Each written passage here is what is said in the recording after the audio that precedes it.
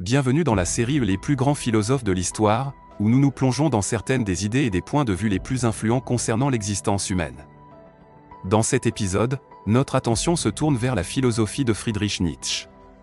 Nietzsche était un penseur allemand du XIXe siècle, reconnu comme une figure radicalement transformatrice de la philosophie et de l'héritage intellectuel occidentaux. Il était un critique acerbe des normes sociales et des cadres religieux de son temps, en particulier du christianisme. La vie de Nietzsche a été semée d'embûches. Il a enduré l'exclusion de la communauté savante de son époque et a été accablé par des problèmes de santé chroniques qui ont persisté tout au long de ses années d'adulte, aboutissant à la fin soudaine de sa période productive. En 1889, Nietzsche a connu un effondrement mental complet. Alors qu'il marchait dans une rue de la ville, il a vu un cheval fouetté. Se précipitant vers lui, il a embrassé le cou de l'animal pour tenter de le protéger, puis est tombé au sol. Suite à cet incident, il ne s'en est jamais remis. Bien qu'il ait été initialement diagnostiqué avec la syphilis, d'autres explications ont émergé plus tard, suggérant un état maniaco-dépressif accompagné d'une psychose intermittente et d'une démence, potentiellement liée à une tumeur à croissance lente. Nietzsche est décédé en 1900. De son vivant, ses écrits ont suscité peu d'intérêt, se vendant parfois à peine une poignée d'exemplaires par an. Ses œuvres n'ont vraiment pris de l'importance qu'après sa mort. À ce moment-là, sa sœur Élisabeth a pris en charge l'édition de ses manuscrits inédits pour les aligner sur ses propres croyances, qui étaient fortement liées au nazisme. En conséquence, Nietzsche a souvent été dépeint à tort comme un précurseur de l'idéologie nazie, un malentendu enraciné dans les modifications éditoriales de sa sœur. En vérité, il avait des opinions négatives sur l'antisémitisme, ce qui est évident dans ses textes. Il admirait en fait les contributions juives à la culture européenne et les considérait comme intellectuellement significatives. Pendant la courte période qui a suivi sa dépression, il a composé ce qui est devenu connu sous le nom de ses lettres de folie, les signant parfois comme Dionysos ou le crucifié au poing. Dionysos, le dieu grec de la fertilité et du vin, illustre une affirmation passionnée de la vie, tandis que le crucifié fait référence à Jésus, que Nietzsche a décrit comme le seul et dernier vrai chrétien, soulignant que le christianisme authentique s'est terminé par sa mort sur la croix. Cette position est moins une attaque contre Jésus personnellement qu'une attaque contre la doctrine chrétienne pour s'être concentrée sur une vie après la mort imaginée, que Nietzsche considérait comme un rejet ultime de la vie dans sa forme immédiate. Il croyait que la racine du mécontentement et de l'angoisse humain réside dans la façon dont nous divisons nos expériences entre oui et non, insistant sur le fait que le bonheur n'apparaît que lorsque nous percevons au oui et que le chagrin n'apparaît que lorsque nous percevons au non au point. En faisant cela, nous abandonnons le contrôle de notre bien-être à des forces au-delà de notre pouvoir.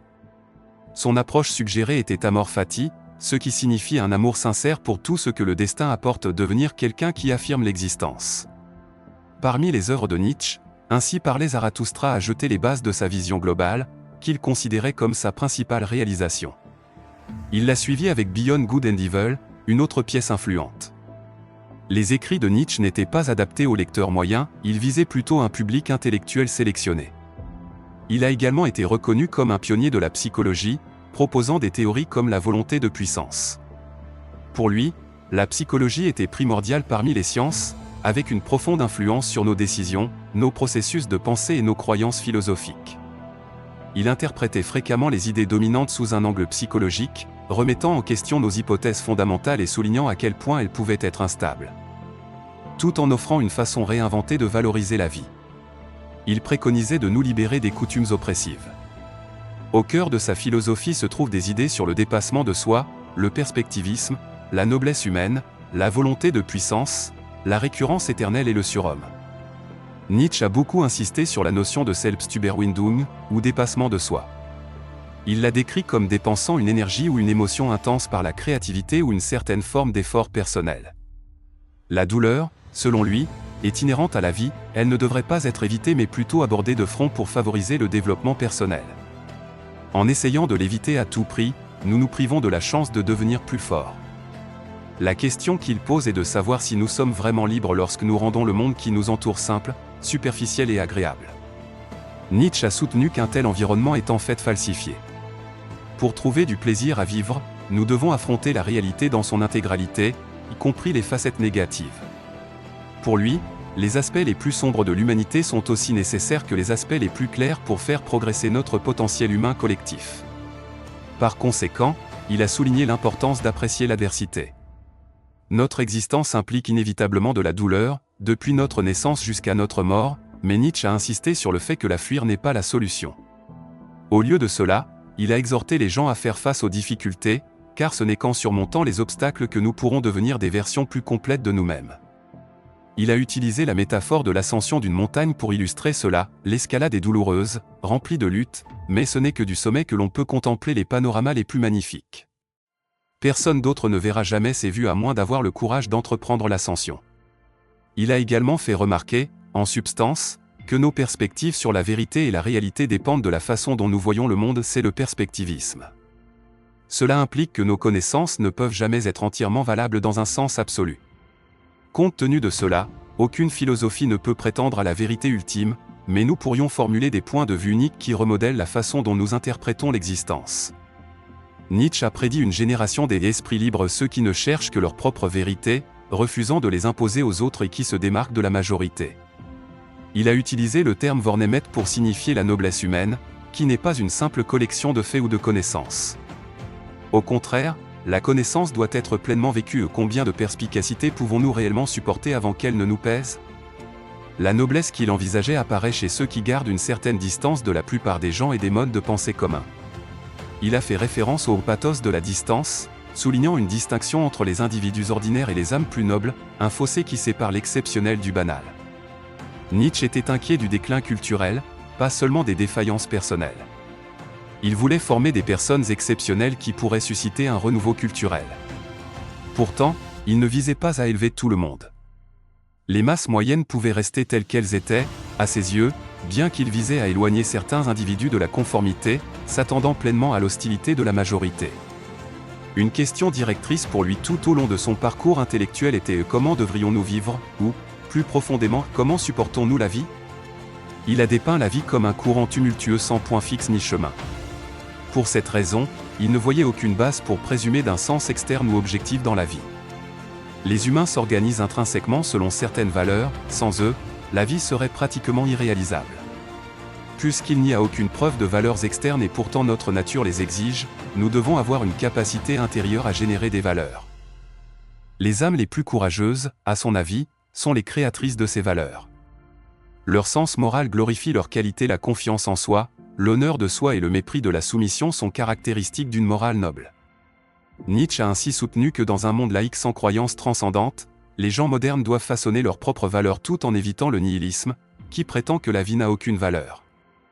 L'une de ses déclarations les plus reconnues est que Dieu est mort. Ce n'est pas une exclamation jubilatoire. Bien qu'il ait cherché à démanteler les valeurs qui s'étaient accumulées au fil des millénaires originaires de diverses civilisations et ancrées dans la société contemporaine, il croyait également que cela était à la fois inévitable et possible. Ce changement radical était ce qu'il appelait la réévaluation de toutes les valeurs, un processus qui pourrait, à son avis, éventuellement conduire la race humaine au-delà de son état actuel vers une nouvelle forme d'existence, illustrée par ce qu'il appelait le surhomme. En déclarant la mort de Dieu, Nietzsche a souligné une transformation historique. Pendant des siècles, Dieu était au cœur de la vie de beaucoup, mais n'est maintenant qu'un aspect de la vie pour certains. Les religions et les croyants continuent d'exister, mais Dieu ne définit plus la réalité, et c'est pourquoi, dans sa célèbre phrase, « Dieu est mort », Nietzsche a décrit le christianisme comme enraciné dans une morale d'esclave. Il a critiqué les gens qui s'y accrochent, qualifiant cela de mentalité qui étouffe la raison et favorise un état apparenté à la servilité. Alors que le mal tend à évoquer la peur aux yeux de la morale esclave, dans la soi-disant morale maîtresse, c'est le bien qui cherche à inspirer la peur. Il considérait l'abandon de la liberté, de la fierté et de la confiance comme un acte servile. En revanche, la morale maîtresse essaie de façonner de nouvelles façons de vivre sans supprimer le pouvoir personnel. Il voyait le christianisme comme un arrangement de soumission et de conformité, un système qui enseigne à ses adeptes à détester l'existence terrestre en se fixant sur un supposé paradis éternel. Selon Nietzsche, diluer notre perception de la vie et masquer ses difficultés nous éloigne de la réalité. Puisque l'humanité a principalement une histoire d'obéissance, il croyait que cela prédisposait les gens à suivre les commandements. Et quand quelqu'un fait preuve d'une réelle indépendance, il est souvent qualifié de dangereux ou de diabolique, car il menace l'ordre établi. Par conséquent, il considérait le christianisme comme une limitation de la croissance humaine, transformant les âmes potentiellement fortes en créatures timides et dociles. Dans Par-delà le bien et le mal, Nietzsche a sondé pourquoi nous avons des valeurs. Pour commencer, quel est leur rôle essentiel pour donner un sens à l'existence? Il a examiné comment les gens se convainquent que la vie a un but plutôt que de succomber au nihilisme. Son point de vue était que les humains inventent généralement des croyances du vrai monde, qu'il s'agisse du royaume des formes de Platon ou du ciel chrétien, ou même de la notion hindoue selon laquelle l'individualité est une illusion. Pour Nietzsche, ces cadres sont des inventions humaines conçues pour faire face aux difficultés de la vie, et il révèle comment nous imposons parfois des illusions réconfortantes à la réalité. Cette perspective est liée à sa doctrine plus large du perspectivisme. Il a également exploré comment des convictions morales comme la compassion et la justice naissent au sein de la société et s'est demandé si de telles valeurs masquaient des motivations sous-jacentes, y compris la fragilité ou l'auto-tromperie. Dans Ainsi parlait Zarathustra, Nietzsche dépeint le prophète Zarathustra revenant d'une décennie d'isolement dans les montagnes, proclamant une série d'enseignements. Il a présenté 3 étapes de transformation, le chameau, le lion et l'enfant. La plupart des gens, selon son analogie, restent des chameaux toute leur vie, ils portent les règles et les exigences de la société comme des fardeaux sur leur dos, les remettant rarement en question. Pour se libérer de cet état, il faut se défaire de ces contraintes, ce qui permet à une personne d'évoluer vers le lion qui affronte le redoutable dragon nommé Utuva. Sur chaque échelle brillante de cette créature se trouve une commande, représentant des siècles de tradition. Gagner une véritable autonomie nécessite de défier ce dragon. En fin de compte, cela fait, on peut renaître comme l'enfant, libéré des anciennes contraintes, redécouvrir le monde avec la curiosité et l'ouverture de la jeunesse affirmant l'existence avec un retentissant oui. Au-delà de ces phases, les 3 leçons fondamentales de Zarathustra tournent autour de la volonté de puissance, de l'éternelle récurrence et du surhomme. Nietzsche a proposé que tout dans la vie, de la création à la destruction, soit régi par une volonté de puissance ou une force fondamentale qui pousse les êtres à réaliser leur véritable potentiel. À son avis, ce n'est pas simplement une volonté de survivre, comme l'a suggéré Schopenhauer, ou d'amasser des connaissances pour elles-mêmes, au contraire, la connaissance n'a de valeur que si nous la vivons. La volonté de puissance nous encourage à devenir nous-mêmes les plus vrais, surmontant tout ce qui nous piège. Nietzsche croyait que ce principe sous-tend toutes nos actions, même s'il reste dormant ou méconnu. Il a en outre soutenu que la plus belle vie après la mort est en fait une autre répétition de la même vie que nous avons déjà menée. Cette notion est la récurrence éternelle, dans laquelle l'individu le plus fort et le plus affirmant la vie savourerait l'idée de vivre précisément les mêmes événements encore et encore. Dans Ainsi parlait Zarathustra, lorsque Zarathustra commence à parler publiquement, la foule se moque de lui, supposant qu'il n'est rien d'autre qu'un showman. Nietzsche illustre ainsi le conflit entre la figure exceptionnelle et les masses ordinaires. Le terme Übermensch, ou surhomme, décrit l'individu qui a complètement maîtrisé l'art de se dépasser, un être élevé par opposition au dernier homme, cette figure complaisante qui préfère se fondre dans la foule. Le surhomme représente la maîtrise de soi, que Nietzsche considérait comme le défi le plus difficile. Si le bonheur découle du sentiment que notre pouvoir grandit à travers des obstacles surmontés, alors ce surhomme est le plus heureux de tous, donnant à la vie son but le plus profond. Avec son style d'écriture flamboyant, les œuvres de Nietzsche peuvent sembler un stimulant mental, incitant les lecteurs à se demander si certains idéaux précieux sur eux-mêmes et sur le monde sont aussi stables qu'ils le paraissent. Nous avons tendance à nous considérer comme des agents moraux visant la décence, guidés par des attentes culturelles partagées et convaincus de certaines vérités inattaquables. Nietzsche, cependant, nous encouragerait à voir le sens comme quelque chose que nous créons, pas quelque chose que nous découvrons passivement. Pour lui, le surhomme représente une vérité future, une incarnation de nouvelles valeurs qui remplacent les anciens dogmes. Des concepts tels que la volonté de puissance, le dépassement de soi, l'acceptation du risque, l'amor fati et la récurrence éternelle servent tous de repères à Nietzsche pour trouver la valeur de la vie.